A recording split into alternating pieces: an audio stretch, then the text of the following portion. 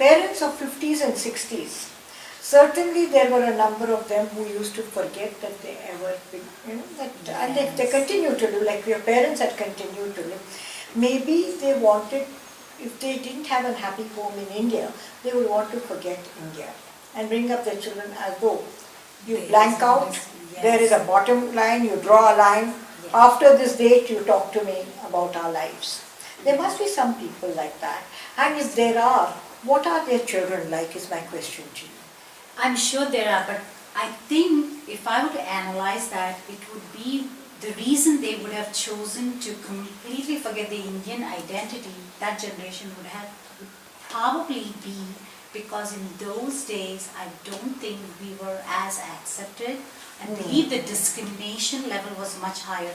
In fact, to this day I believe that my dad chose to come back because of that. The discrimination. Yes. Because he got his doctorate in Texas, and to this day Texas is still considered a conservative state. Yes. So, and someone like my uncle, though, I found that even though his children, yes, were brought up totally American. In fact, I can say at least there's some part of Indianness in my children, but in their children, they're completely American. Okay. But I believe my uncle and aunt still retain some of their...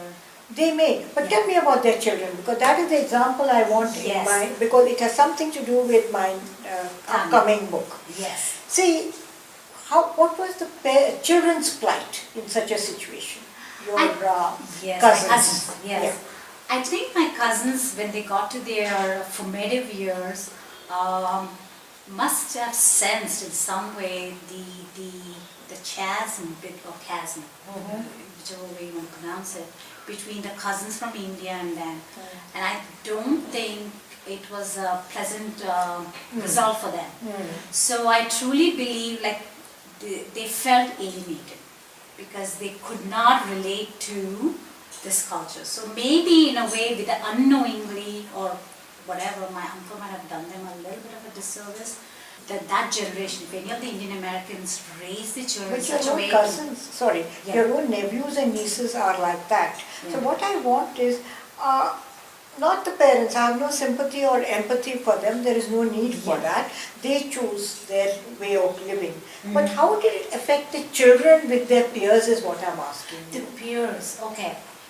Because they are living with their peers in college, schools, universities, and the social structure over there. If you don't have a date, you are in a depression. Absolutely.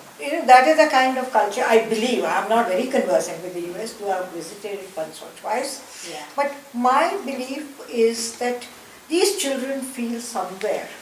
Tone. No, there is a dichotomy in the thinking, but on the other hand, they also feel that they lack that freedom, or should I say that they're catching up with the Joneses somewhere affects them, that they're not acceptable totally because they are of Asian origin. Because when the chips are down, that's what happens, but yet they want to be one among them, which is natural.